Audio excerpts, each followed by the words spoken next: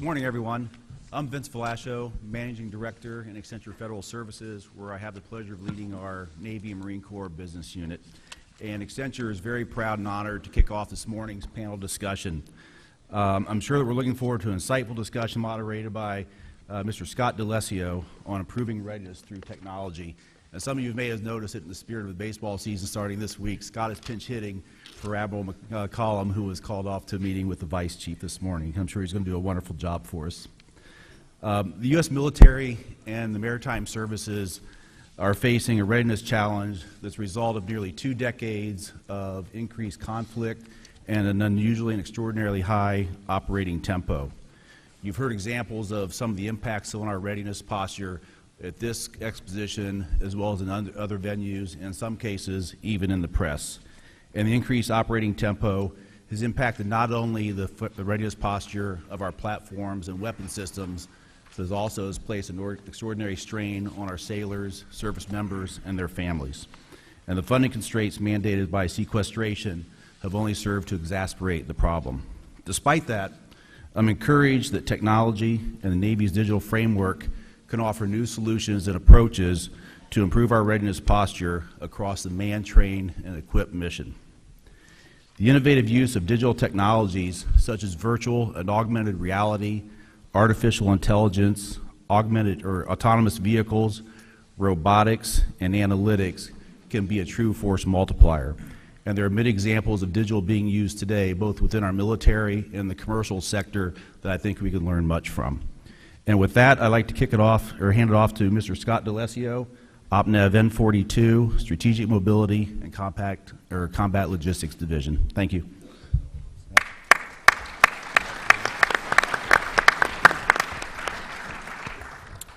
Thanks. Good morning.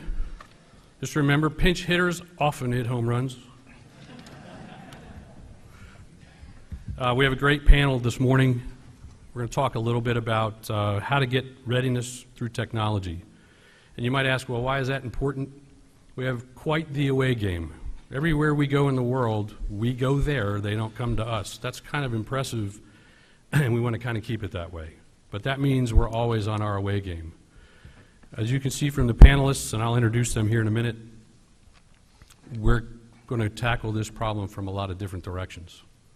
So we have Navy, we have Marine Corps, we have Coast Guard, and there's a reason for this mix of players, and there are more, and that is because it's a worldwide presence issue that we're dealing with. And everybody has a piece of it, and it has to be coordinated properly. Great panel. We have Rear Admiral Dave Hahn, who is our Chief of Naval Research. And I say our because we're all stockholders in the greatest Navy in the world. You actually pay our salaries. You do. It's not funny all the time. Brigadier General Terry Williams, Marine Corps Assistant Deputy Commandant for Installations and Logistics. Rear Admiral Michael Haycock from the Coast Guard. He's the Director of Acquisition Programs, and he's also the Program Director for all acquisition services. Mr. Ashley Johnson is the Tech Director at Naval Surface Warfare Center, Indian Head, Explosive Ordnance Detachment Division. As you can see, we're building as we go. Colonel James Jenkins, Director of Science and Technology. He's with the Experiment Division and Rapid Capability Office for the Marine Corps.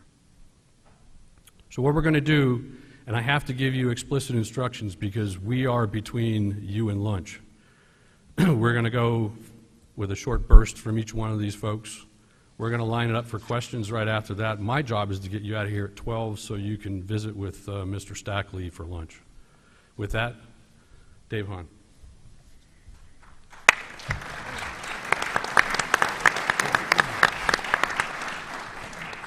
Well, good morning.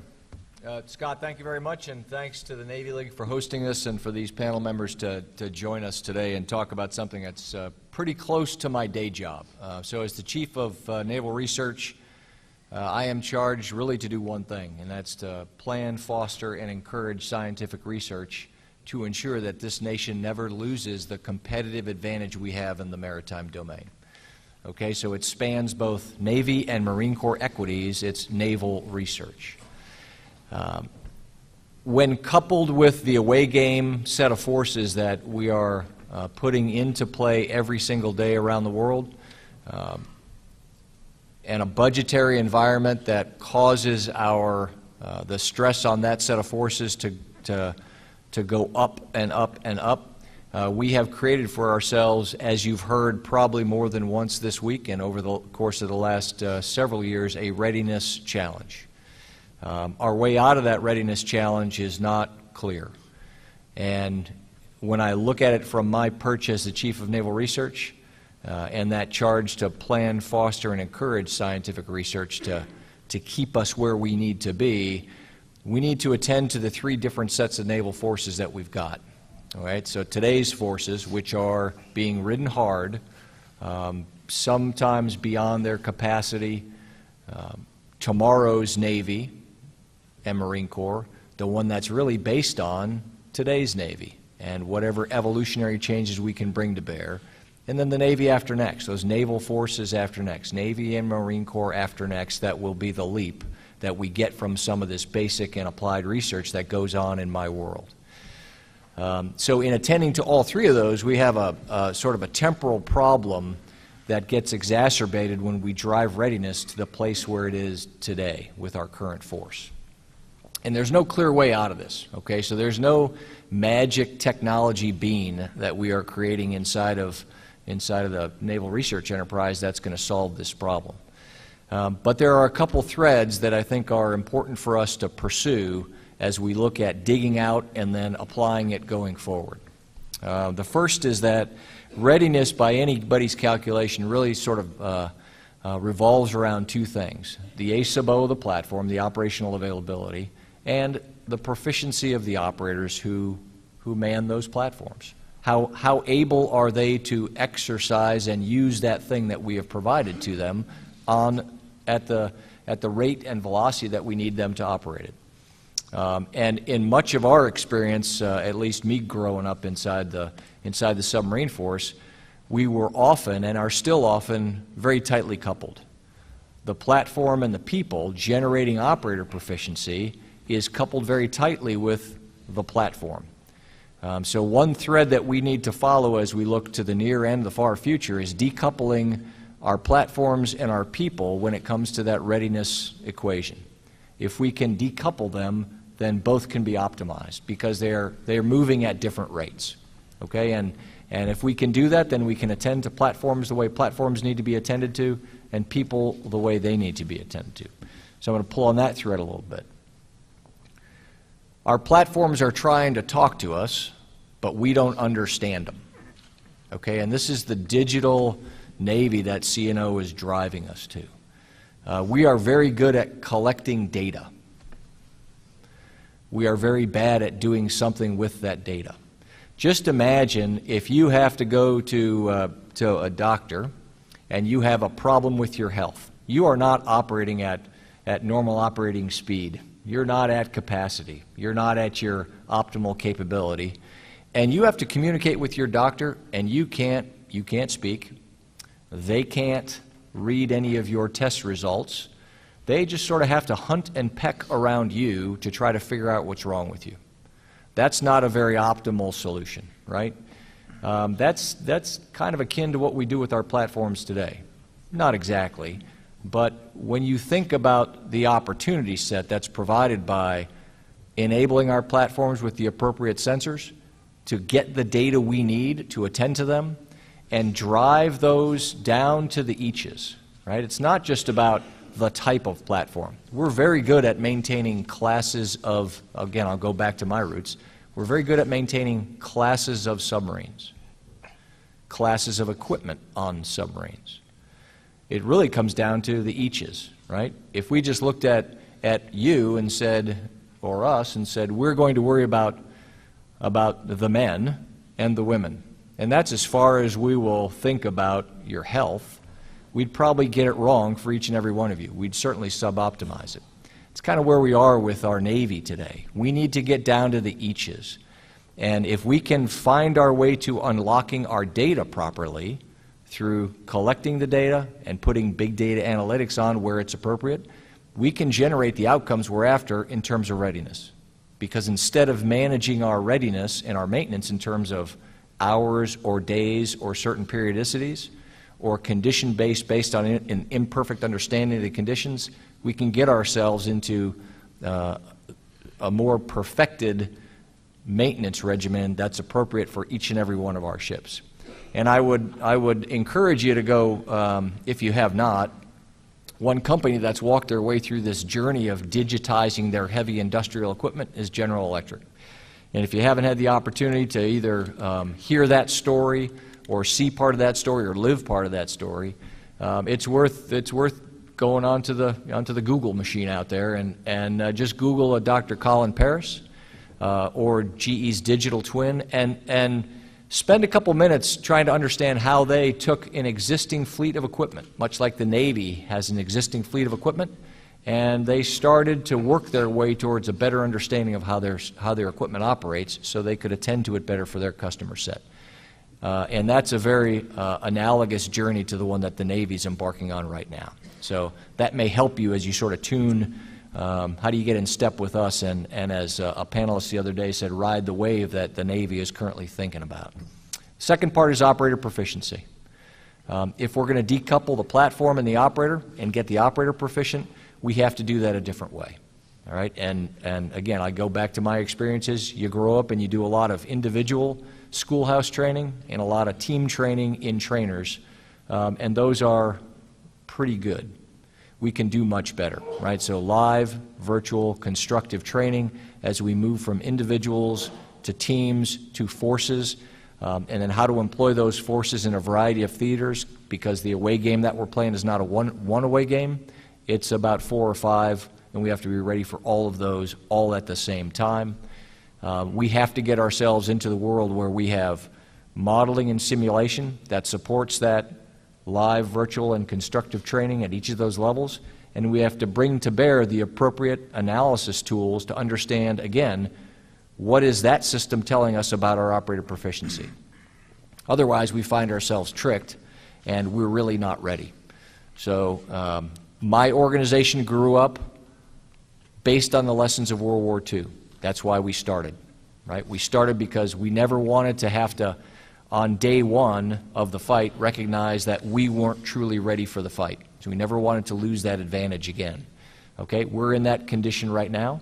We need to be thinking about how do we make sure on day one we are ready for the fight. And we don't know where it's coming from. We don't know exactly what it's going to look like. So we have to envision each of those fights in ways that we have never done before. And we're going to need your help doing that.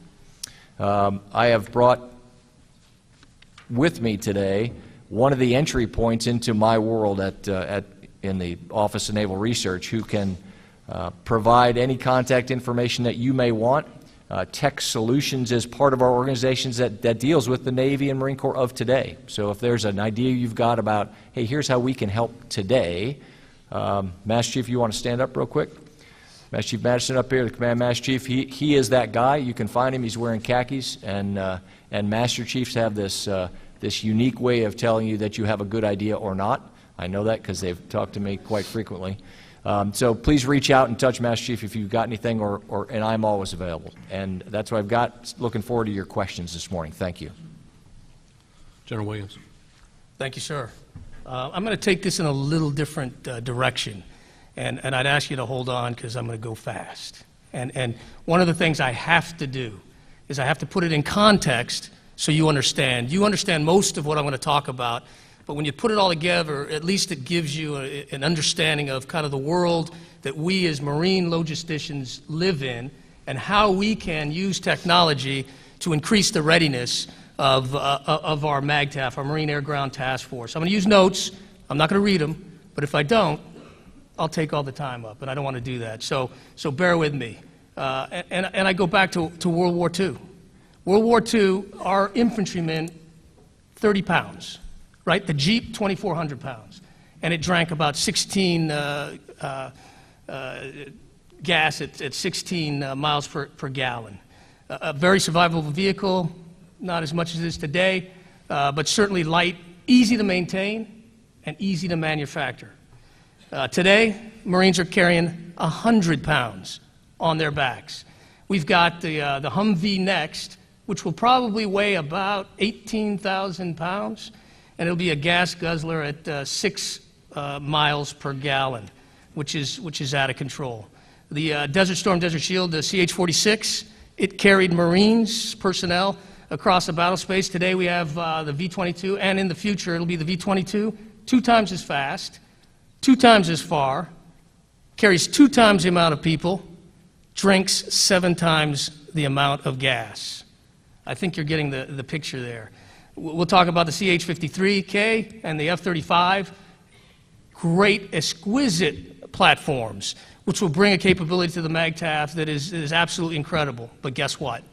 Logistically intensive to support from a logistics standpoint.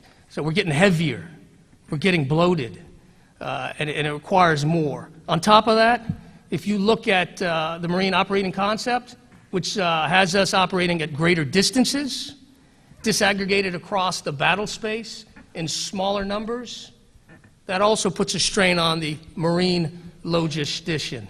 And then on top of that, again, the world is getting more chaotic, more dangerous, more unpredictable. You throw all that together, and you look at the Marine Air Ground Task Force and the logistician who's got to support that, and it makes us look at really a couple of things when we look at technology and how to get up readiness. And we see readiness in a much different way at the tactical level, and I'll talk about that here as I start talking about some of the capabilities that we're looking at. So you take all that together, we call that in the Marine Corps a hybrid logistics era, because we'll have new equipment and old equipment. We'll have new capabilities, old capabilities, new operational concepts and old operational concepts, and having to support it all at the same time, working across the range of military operations. So think about that, and now I will tell you that there's some great technologies out there that we in the Marine Corps are focusing on because we think it will increase the readiness of the MAGTF. One, additive manufacturing, 3D printing. I think everybody knows what that is. And for us, that is a game changer. I tell you, for us, that we call disruptive in a good way.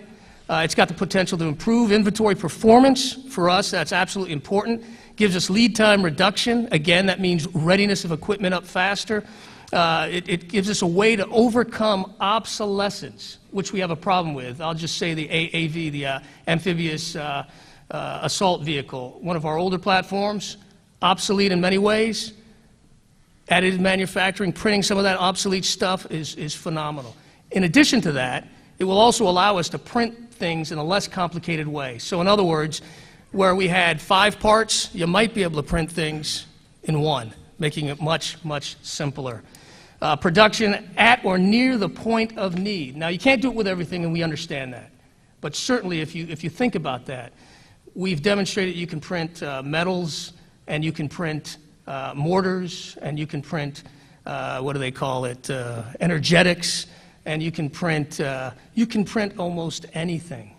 And think about the power of that to the MAGTF at the point of need, especially given a vulnerable environment that we may find ourselves in. So additive manufacturing, 3D printing for us is huge as we look at that. The other thing is unmanned logistics vehicles. I think you've seen a lot of that. Folks talk about it as UASs and drones and so forth. From our standpoint, that once again revolutionizes the readiness of how we do business. Think about this again. You've got a Marine at the tip of the pointy spear. He has an ISR platform that's out. It's a drone, for lack of a better term. It goes down. In the old days, when we had robots, EOD, when I was in Iraq, that thing had to get evacuated back to Balad. If they couldn't fix it, it got evacuated back to the rear. But guess what? I can print one now. Almost everything, with the exception of maybe the electronics and the motors. And oh, by the way, I think we're getting close. You can print electronics into your print. So think about how that flattens the entire supply chain, increases the readiness and response time for those forces out there. So for us, we're looking at those 2 areas. I think Admiral Hahn talked a little bit about some of this, what we call smart logistics. So think about this again. all of our platforms are talking to each other. They're able to diagnose themselves and say, hey, I'm going to break in a few minutes if you don't change my oil, if you don't change my piston, and we can do it in a time that's optimized. Not every 3,000 miles you're going to pull this thing in and take it apart. Now it's optimized, and they're talking to each other. And so not only are platforms talking to each other, we're able to re-vector on their own because they know which one's going down and where we can use something. So those are 3 of the 5 areas. I know I don't want to take up too much time, but boy, there are some exciting things going on out there that we need your help with to increase the readiness of the MAGTF of the future.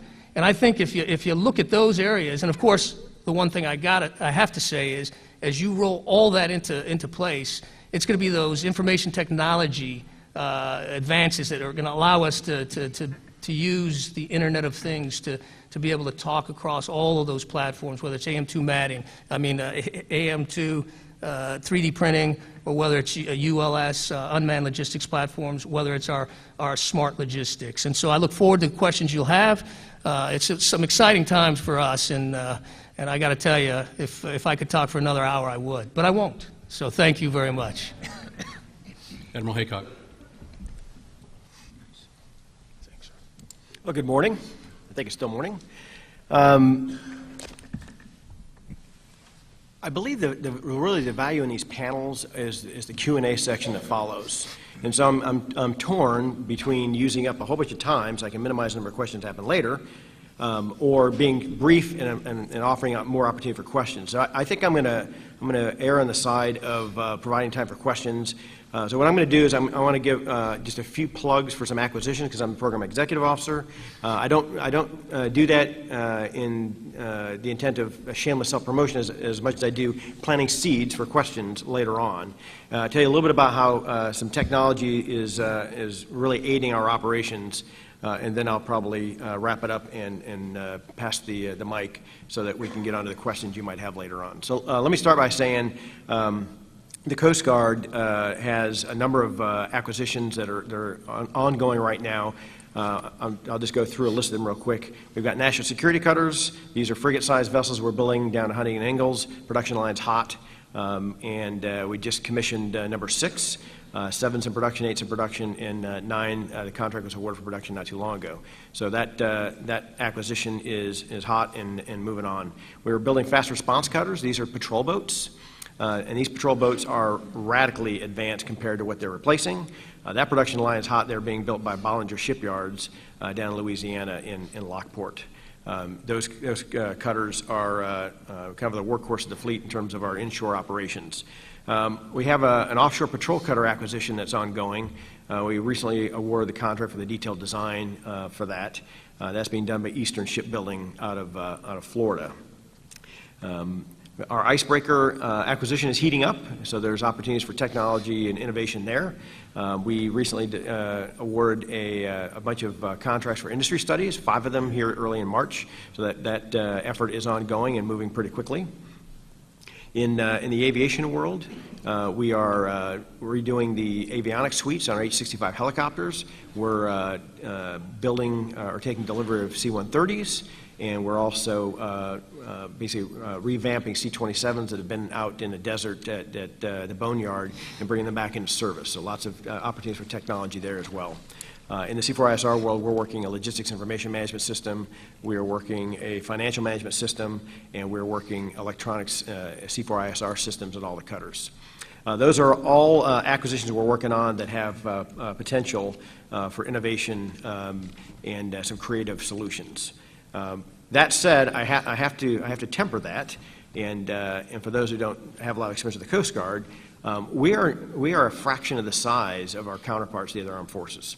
We do not have the budgets and the resources or the bandwidth that the other services have. So what you'll find is the Coast Guard is not really a state-of-the-art, leading edge performance sort of thing. We're not looking for that sort of technology. We are more of a state-of-the-market organization. And the reason for that, as I indicated before, some of that is resource and budget. We don't have the people to manage high-tech, leading-edge work. So we really try to leverage the work of our counterparts in the Navy for that.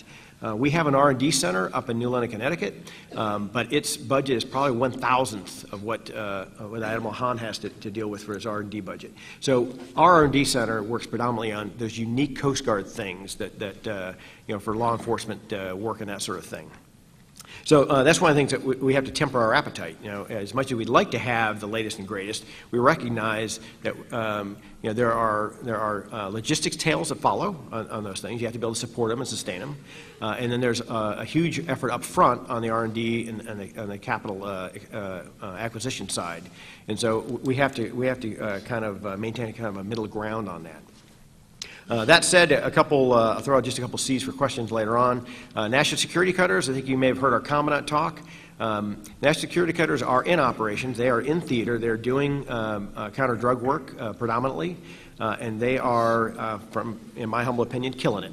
All right, we are setting records for the last couple of years with the amount of drugs we are preventing from reaching our shores, and that is done because the national security cutters are new cutters, okay, with technologically advanced systems, and they are being fed by state-of-the-art, or at least state-of-the-market. State-of-the-art is probably a stretch, but state-of-the-market communications, ISR, things like that.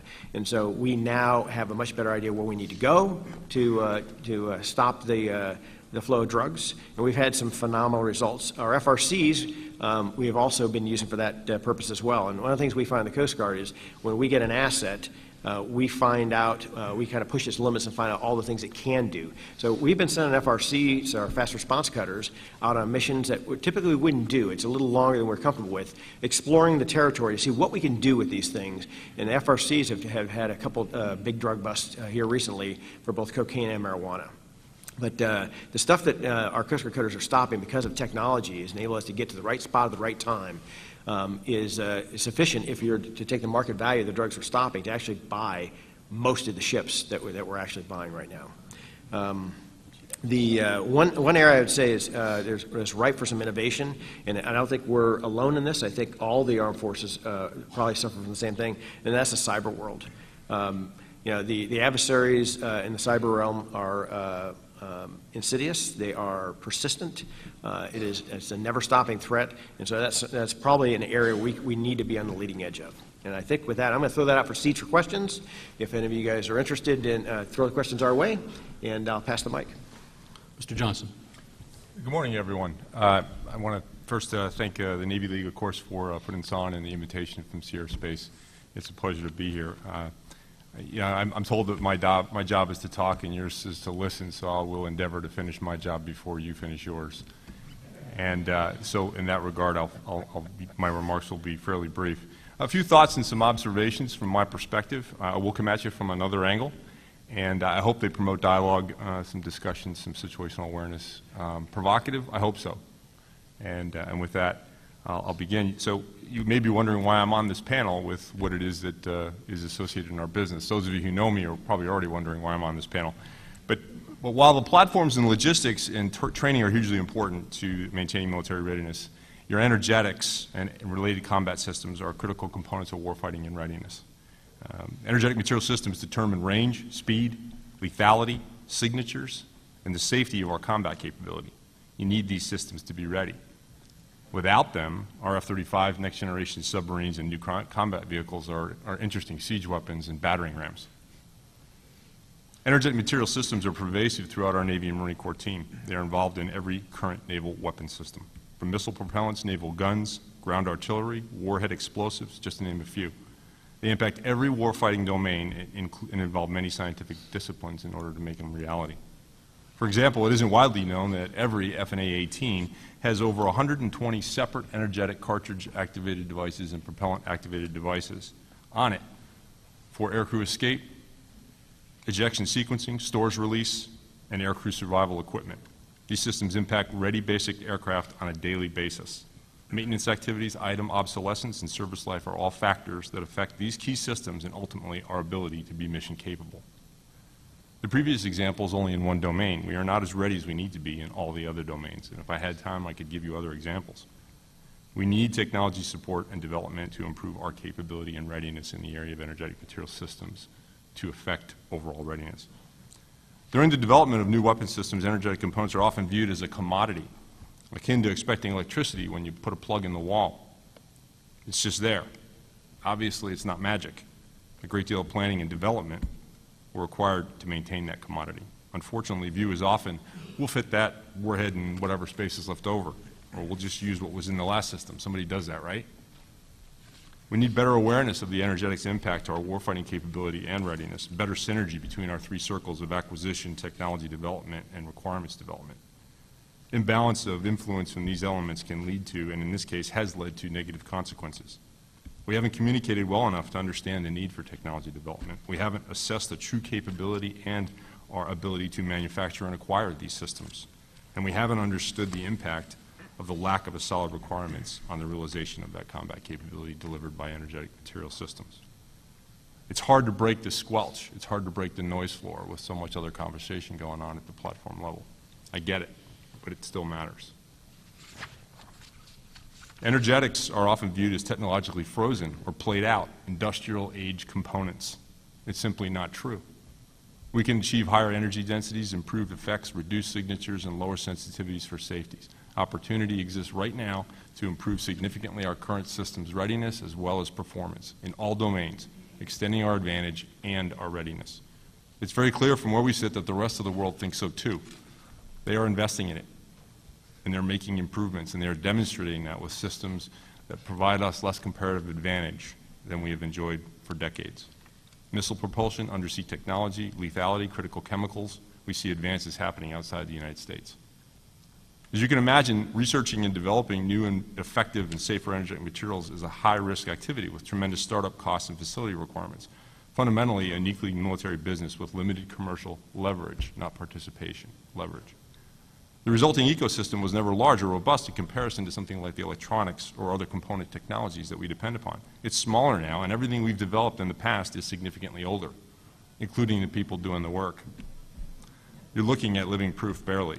And so our intellectual readiness to mitigate and reverse those trend lines in energetics is shrinking rapidly. We must do the work to transfer knowledge to our next generation energetics warriors.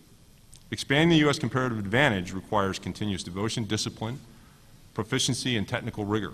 Talent, novel concepts, capability, and capacity are available within the DoD, DOE, industry, and academia. To quote Monty Python, I'm not dead yet. I'm working with OPNAV, the PEOs, ONR, the intelligence community to reinvigorate naval energetics. We have strong industry partnerships. Our academic collaboration is productive and compelling. We're ready for an energetics renaissance. Our warfighting readiness depends on it. Thanks for your time.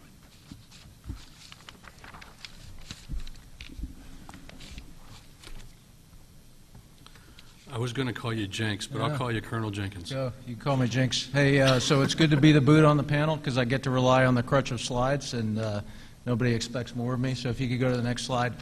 I want to, I want to take some time today and really focus on Admiral Hahn's second aspect of readiness, because I think in general when we talk about readiness today in the DoD, we think about it from a material perspective. And I don't want to denigrate the material perspective and the importance of it, but what I want to talk about is this idea of the democratization of technology. And so you have videos there which are not playing, but which basically have put a 17-year-old with an AK-47 and a less than $1,000 UAV purchased off of Amazon on par with an infantryman in the Marine Corps whose mission is to locate and close with and destroy the enemy. And so at the same time,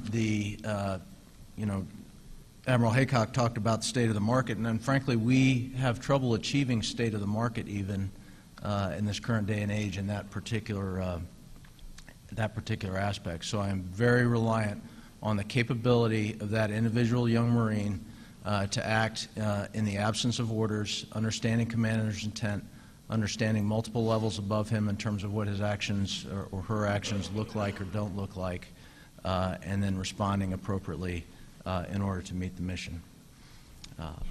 Next slide. So where do I want to use technology to improve the readiness of the individual Marine? And first off, you know, unmanned systems in general we think of as dull, dangerous, dirty, that they're going to replace or at least displace Marines who are tasked to do those jobs. And that is important. But what I would say is that has led us, much like the higher systems that Admiral Hahn and others have talked about, to very exquisite, expensive unmanned systems that end up being assets that I have to protect instead of tools that I can use to accomplish the mission. So in general, I think we want to work towards small, smart, cheap, and abundant systems that feed that individual Marine, that help him accomplish the mission, and let him go forward. On the maintenance side, same thing, not sexy. I'm not killing people, but if I can make use of augmented virtual reality to help those maintainers understand what's happening inside those more exquisite systems and get after that in a manner that really teaches them as they're doing the mission from an augmented, or as they're doing the maintenance from an augmented reality perspective, I'm going to be more successful. With use of the augmented virtual reality in training, it's really, I think it's critical, and where this virtual reality environment really enables us to be successful is this idea of mental, moral, and physical stress. You know, video games today can put you under that mental stress. I think we're not far away from developing the moral and physical stress along with that, and if you've gone out to Commandant and some of those other environments, the gaming industry has put you in a place where you really believe you're in a certain environment inside those virtual realities. And what that will enable us to do then is get that 10,000 hours that Malcolm Gladwell talked about. Our Commandant calls it sets and reps, but it's really focused on professionalizing that individual Marine. And what does that mean to me? It means just like a professional athlete, that 100th of a second can make a difference between success and failure, and literally between life and death. So I can put them in an environment where they get to practice their trade, their profession, over and over. I put them in an environment where they can practice their trade and their profession in their off time, in their barracks. And then I put them in a position where their leadership can take them back and walk them through step by step, watch the game films, just like any other professional athlete would do, and show them how they could have done things better, where they could have adapted, where they could have changed in order to be more effective. And then the last thing I'll highlight there is the idea of this analytics, the big data that others have talked about as well. To me, what that will do is allow me as a commander, allow me as a staff to develop courses of action quickly, to war game those courses of actions almost instantaneously, develop what I think is the best course of action and act on it quickly, which generates tempo for that young Marine who's at the point of the spear. And tempo in training equals more sets and reps. Tempo in combat equals victory. And I believe all these systems are the most important part of readiness. I'm looking forward to your questions. Thank you.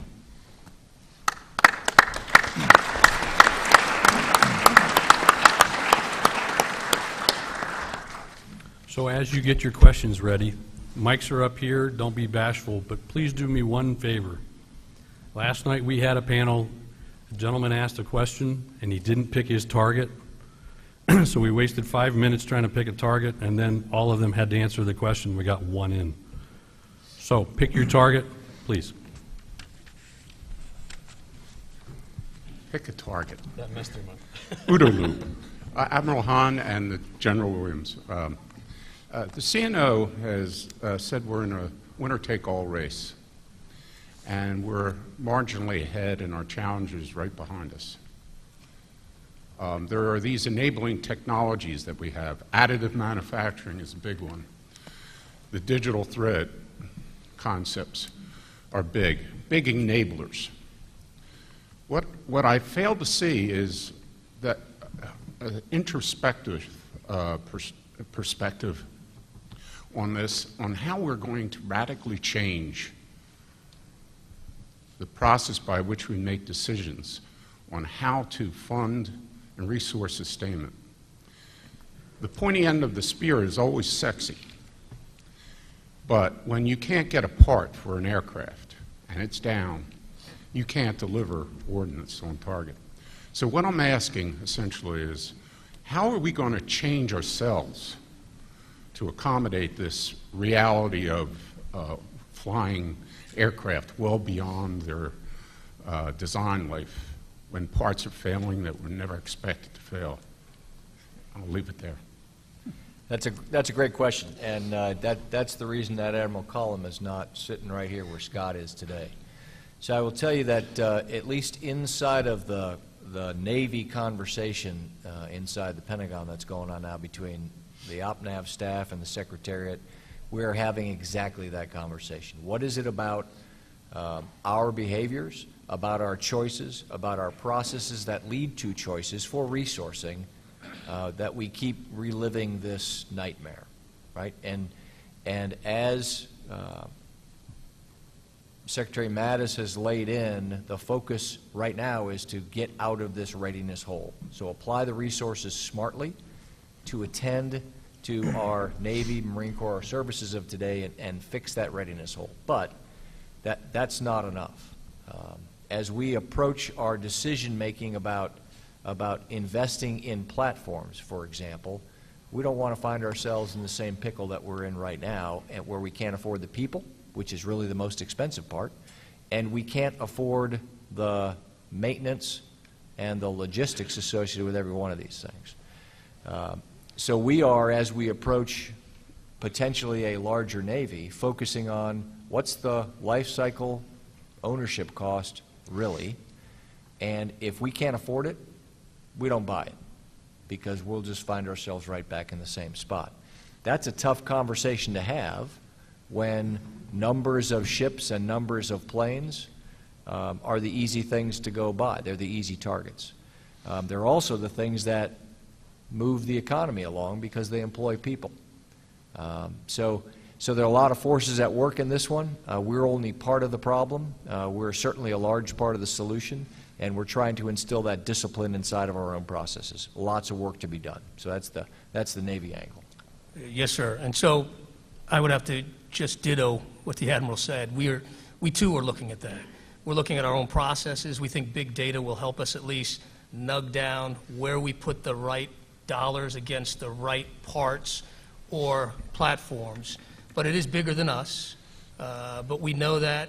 We're working. We're getting at it. We too have internal folks working to figure out where to put. For example, we're looking at the top 25 cost drivers for all of our major equipment, our platforms, combat platforms, to figure out how we spend our money. Is it better to spend it at the depot, or is it better to spend it at in the field or at intermediate level? So we're doing those things now to try to get a better process. But I think big data, which allows you to do some of this nug work much, much quicker, would be incredibly valuable. And that's what we're looking at and we're trying to use as we do our part. And hopefully that answers, tries to get at part of your question. It does. Thank you. Big data is fantastic, big data analytics. But right now we have disparate databases. So in logistics, we may have 9, 10 databases, all of which are incomplete. So we not only need to be able to mine that data and analyze for it, but we need access to it. Yes, sir. Just as a side, when we were looking to fly the V-22 Link, additively manufactured Link, collecting that data just to do the analysis took us almost 6 months. That's unacceptable. Yep. We need instant access to that. That alone would drive our logistics costs down. Yeah, can I jump in? Oh, I was just going to say, so you are absolutely right. One of the things that I talked about us looking at is this whole information technology piece. One of our challenges is we have a number of systems in the logistics field, a number of systems, a number of programs, all disparate. Some talk, some don't talk. And we're looking for that master data management, that platform as a service, that software as a service, whatever it is, that can go out to each one of these things, bring them together. And some folks are working on some pretty neat artificial intelligence that will then allow you to, even with unclean data, kind of give you a better picture so that folks can make some great decisions. So that's a top priority for us. We understand what it can do for us, and so we're working towards that way. Yeah, if I could jump on that one a little bit, let's talk about the competition for a second, right? So the competition that CNO talks about is competition with the adversary. Some of the challenges that we have in unstructured data or access to data is because you are all in competition with each other. Sometimes we're in competition with you. If we're going to compete against each other, and we're going to compete, and we're going to compete, then we're going to spend all our time circling that drain, and we're going to lose the big race. So what I'd ask you is, when do we start collaborating? And I get it if it can go a little bit to collaboration. I get it. I understand where your competitive advantage is in your industry, your business, your pursuit, whatever it is. But at some point, we have to achieve a different balance so that we can get at these things and not spend our time fighting inside the family, if you will. All right, so all of our behaviors must change. All right, thanks. I'd like to jump in as well. I may be an acquirer in my present job, but my trade in the Coast Guard has been as a maintainer, sustainer, a guy that repairs ships and keeps them in operations. So this is kind of near and dear to my heart. In addition to some of the stuff that my colleagues have mentioned, I think we can use your help, okay? The shiny new ship and the shiny new aircraft is cool. It's nice, but the problem is it's like the shiny ornament on the tree, right? It gets your attention, and then people forget about it, right? You know, the note in the refrigerator that's been there for a year sort of thing, all right? So where I think we need your help is when you're proposing solutions, okay, give us a good return on investment, a good business case. Show us how in the long haul we can afford to continue to use that system, all right? And the other piece is encouraging the people that provide the resources, stakeholders, Congress, that sort of thing, is make sure they understand that, you know, I'd love to win the Lamborghini on the slot machine, but I can't afford the insurance, I can't afford the parts, I can't afford to operate it, you know. So you're not doing me a service by providing it to me. You got to follow on with all the O&M and in the Coast Guard what we call OE costs, the cost to actually operate the thing. That's something I think you guys can help with, is, you know, lay it out clearly in your proposition. Here's how you can run this for the long haul, all right? And then help us get the resources to actually do it.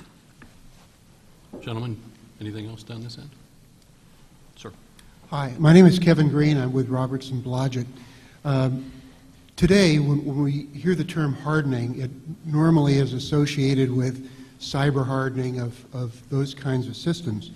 During the long Cold War, the term hardening was often and more frequently used to deal with the reality of the requirement for the joint force to operate in a nuclear environment. That has not been a popular issue of common discussion in recent years, but given the behavior of the Russian military and their Zapad exercise series in Europe, given the behavior in East Asia as well, it would seem that being prepared to operate in a nuclear environment, including EMP, is extremely important. And I won't ask, is the Joint Force ready to operate in that kind of environment? What I would like to ask Admiral Hahn and Colonel Jenkins is, what role do you play and what efforts, what approaches do you use to ensure that the Joint Force, in particular your services, are well prepared to operate in what is essentially an unrestrained operational environment? Thank you. That's a great question. So this is akin, I think, to Ashley's conversation that he had with you. The investment in technology flipped a couple decades ago, right? So it used to be that when my organization was started, and one of the underlying themes was the investment by government in technology will bleed over and be used by commercial markets, and that will give us as a country a competitive advantage. That investment and the lead-follow relationship flipped a couple decades ago, and we're now the minority investor, if you will. So inside of my space, we look very hard at which areas require us to lead and where we need to be fast followers so that we can adopt what's going on in the commercial marketplace. Those things that are not being invested in by the commercial marketplace tend to be underinvested in our world. Energetics is one. Hardening, rad hardening and other things, EMP hardening, is another, because there's no return on that investment. And it's hard for us to generate the interest at lots of different levels. So inside of my space, we have identified some unique national naval responsibilities where that investment in exactly these kinds of technologies are required, and we have to lead that investment. It's not enough. So we're going to need your help there in beating the drum on those things where you see underinvestment and you know it's not being attended to by some other marketplace. And we do have a couple problems here that don't have easy answers. And that's on the technology end. Jenks? Sure, thanks. I guess the only thing I would add to that, and I agree in terms of the investment flip, is that we are always going to be in the business of balancing most likely and most dangerous.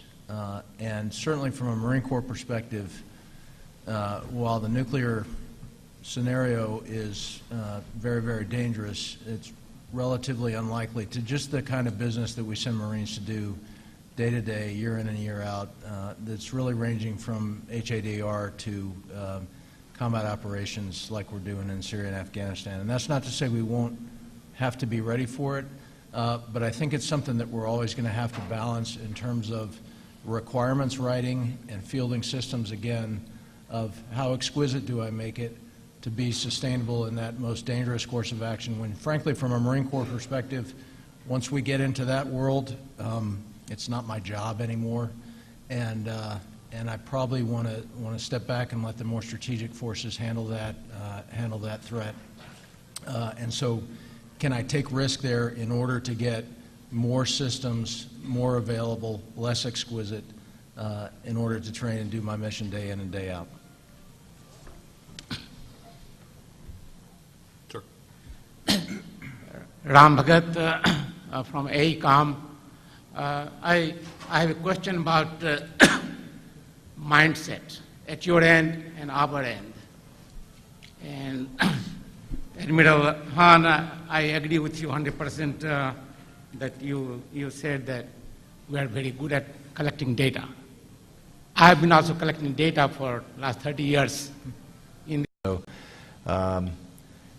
Metallurgy and material sciences, I would dare say, and I don't want to offend, moves at a somewhat slower pace than where we're going with those things that are driven completely by Moore's Law, although Moore's Law is driving that too. And the combat system gives us some unique challenges, and I see Betsy DeLong sitting back there. And as we look at the way we grew up with these systems, we did not do a very good job of taking a complex problem and simplifying it. We made it more complex. When you add in the external threats, call it cyber if you will, as well as the assurances you want that your things are going to work reliably, we're in a fine kettle of fish with this one. And our way out of it is not to do the same things that we've done before.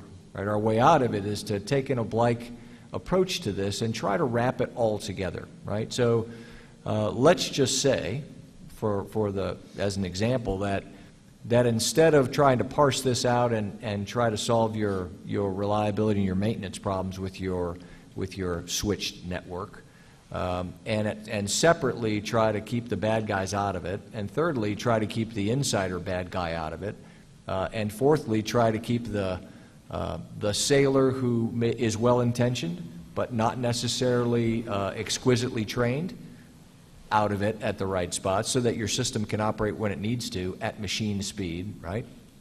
Let's just say that instead of trying to solve each of those problems, we just have a parallel system running that we keep in a perfect condition, right? And the behaviors of our existing in-use system can always be compared against our parallel system that we just keep running, right?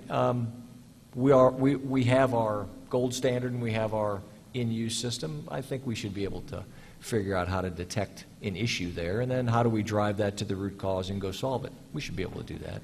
So I think there's ways that we need to think about these problems and wrap them together instead of providing each's solution. So what I'd ask you all to do is step back from the problem and don't listen to what we're telling you, right? Try to listen to the rhythm of what we're telling you, not the individual notes, because we do a bad job of articulating the problem. You guys do a great job of listening to that, and then we end up, I think, exacerbating it because we have hundreds of perfect solutions to hundreds of problems, and we haven't gotten the outcome we're after.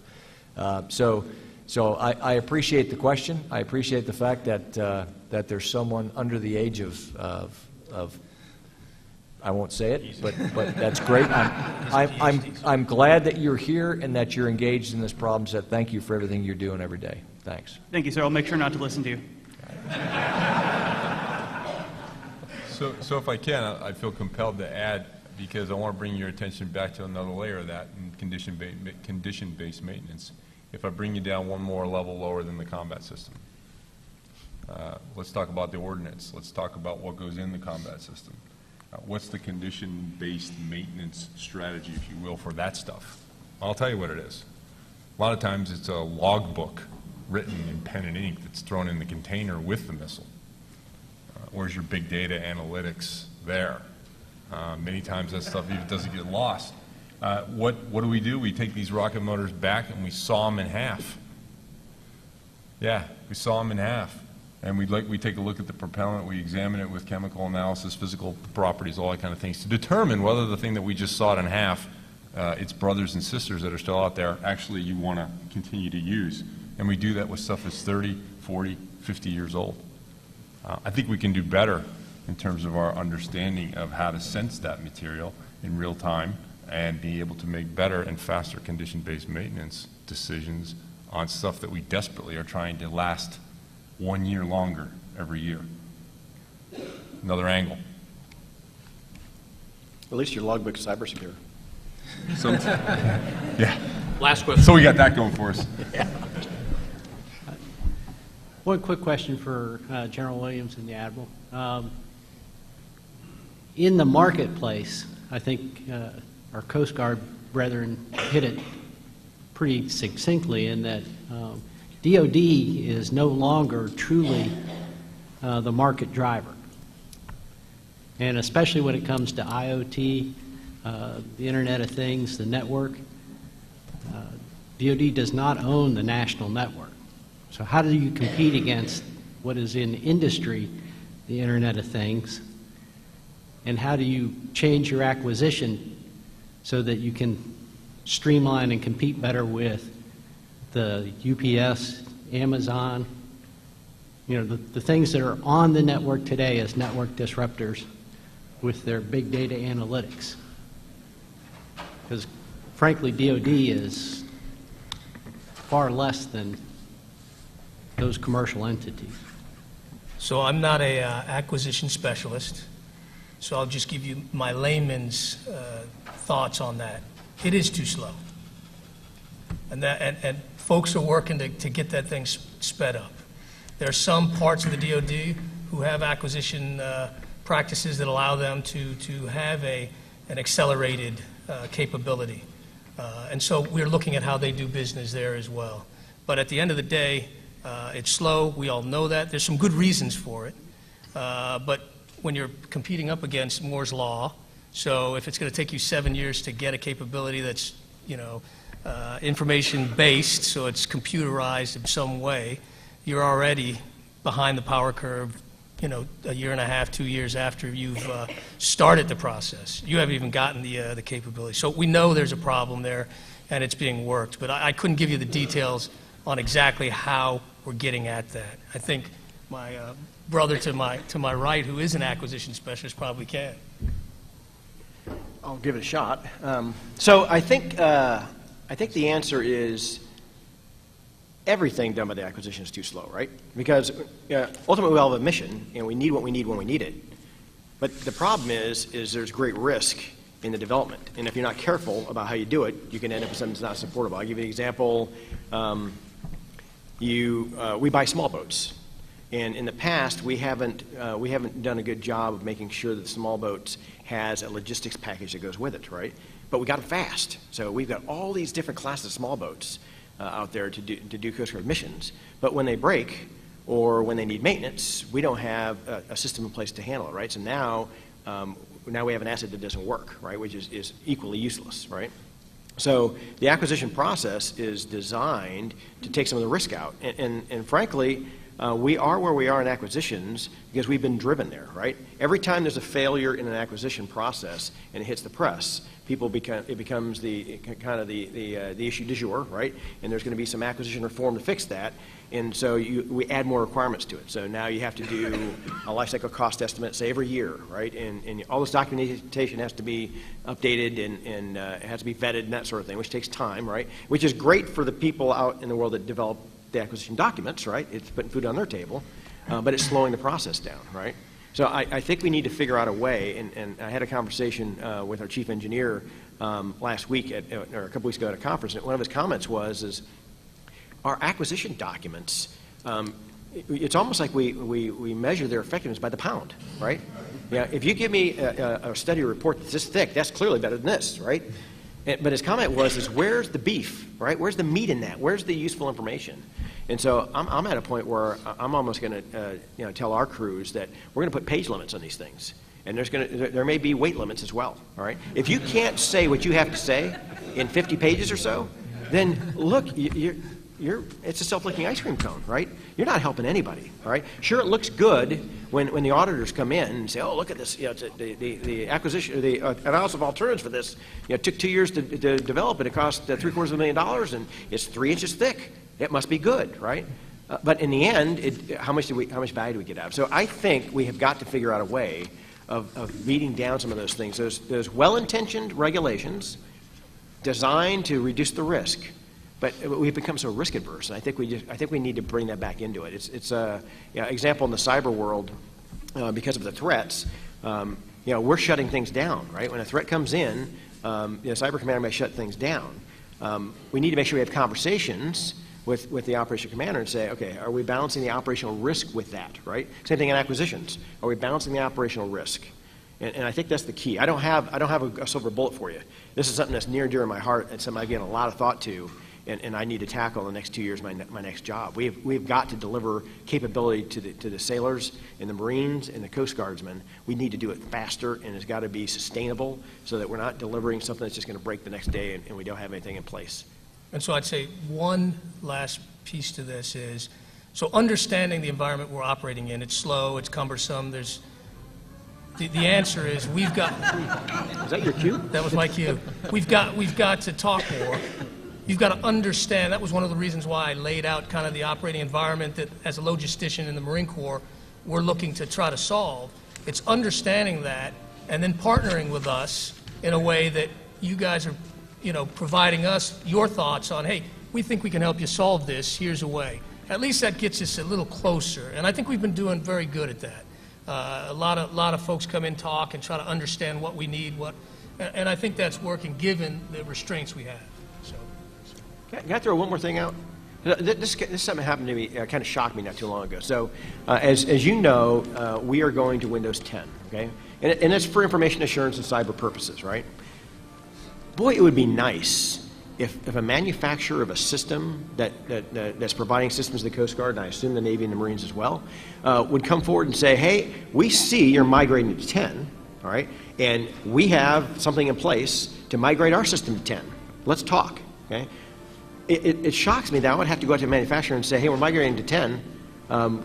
What are you doing? And the answer is, I'm not migrating to 10. There's no need for me to migrate to 10. I'm like, are you not seeing the demand signal, right? It's going to happen one way or the other. So it'd be great if industry were to come to us and say, hey, we can read the tea leaves here.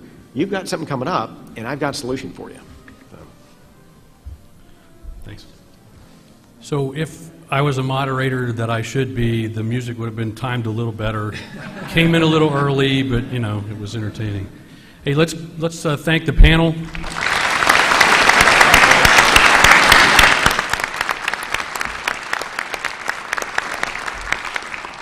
Our sponsor, Accenture, thank you. And Navy League, thank you. And get your questions ready for lunch. Mr. Stackley will be ready for them. Make sure you practice a couple. And thank you very much.